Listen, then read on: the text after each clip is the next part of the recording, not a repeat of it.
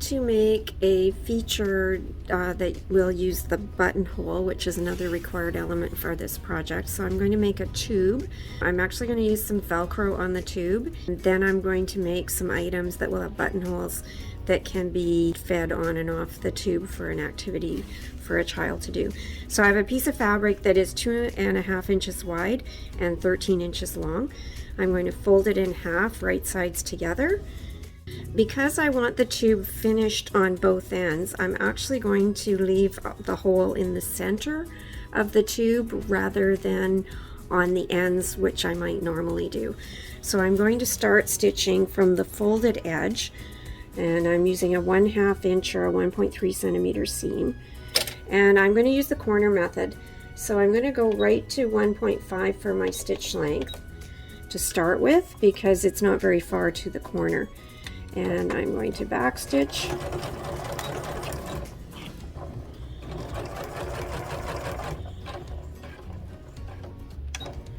and again checking, and that's the turn point.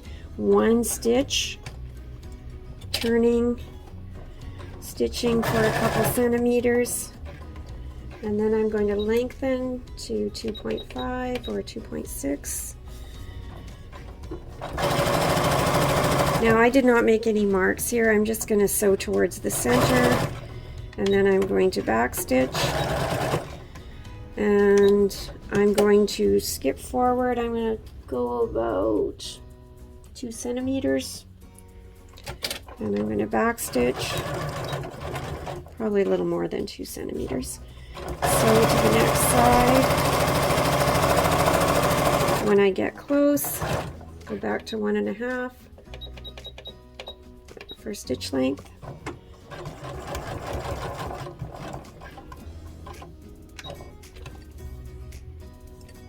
One diagonal stitch, and then I'm going to leave it on 1.5, sew to the fold, and back stitch right on the fold, and cut all your threads.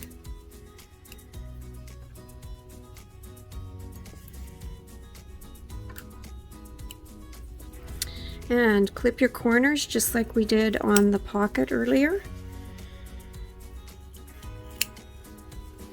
I'm looking for my bigger shears, but they're over on the ironing board, so I'll just use these.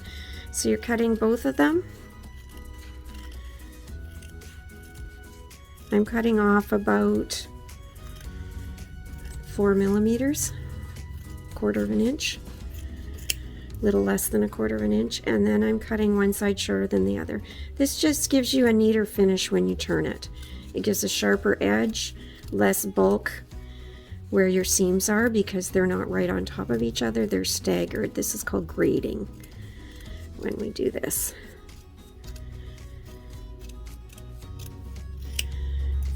So your finished piece should look like this when you're done. I'm going to use this gadget called a tube turner to flip my tube right side out. And so these come in different sizes. There's the set I have has 5 sizes, so this is the second largest. You want a size that's pretty close to the size of your tube. And I've inserted this tube part, and then you take this wire, and it has a kind of a sharp point on it and a curled tip, and you have to poke it through your fabric, and there you can see the curl. Now I find with heavier fabric sometimes it helps to poke it through the fabric a second time, because sometimes it comes out partway through, and I'm just twisting it. There we go. All right, and then you just pull gently, and I sort of feed the outside part in.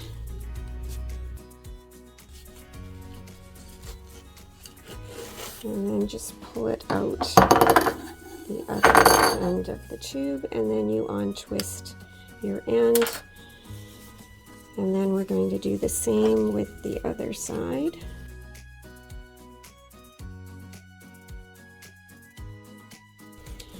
Now to get these ends out, you could put a pen inside or a pencil. I sometimes use a pin, and I'm just pulling out the corners.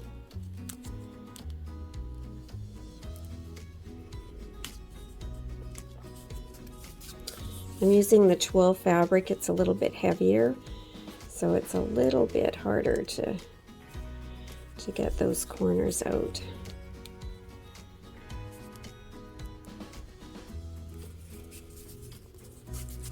And then we're going to press this. I've pressed my tube, and now I'm going to do a row stitching all the way around the edge. It's going to close the hole and just provide a nice finish to the edges. So you do need to be careful on these sewing close to the edge on these, because the corners are a little bit thicker, and so we're on a 2.5 stitch length again, or 2.6.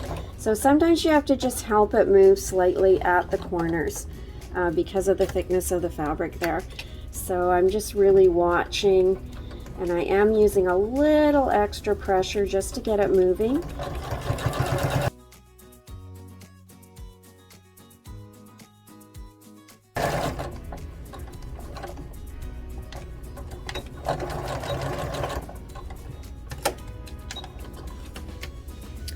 And cut your threads.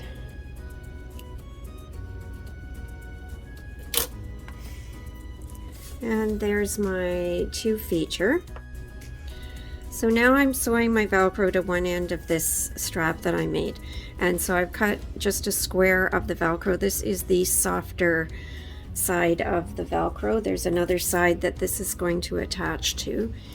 And basically I'm just going to sew a square around the Velcro. This is normal sewing, regular stitch length, back stitching, and you can do square corners on this.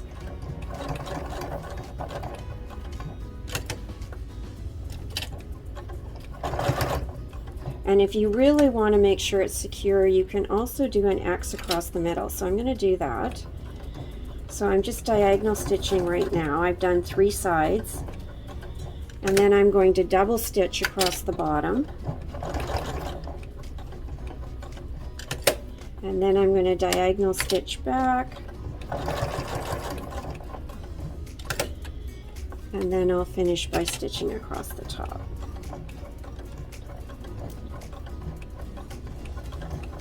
And backstitch.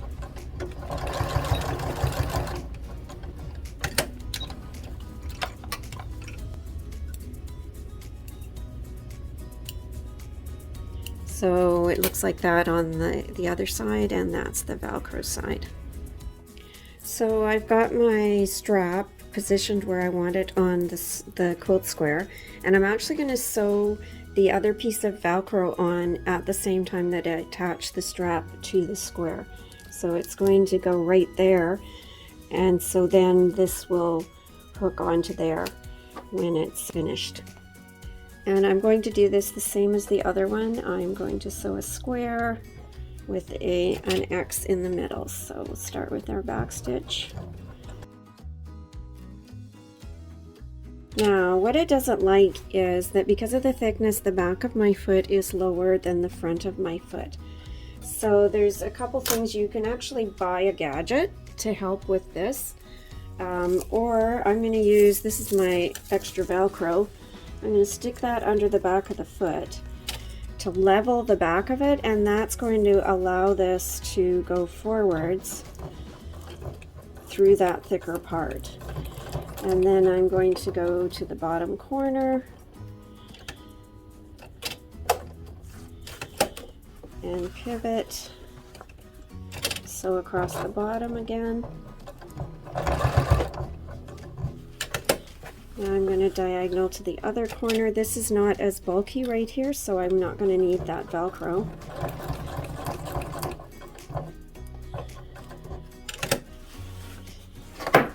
Then straight across.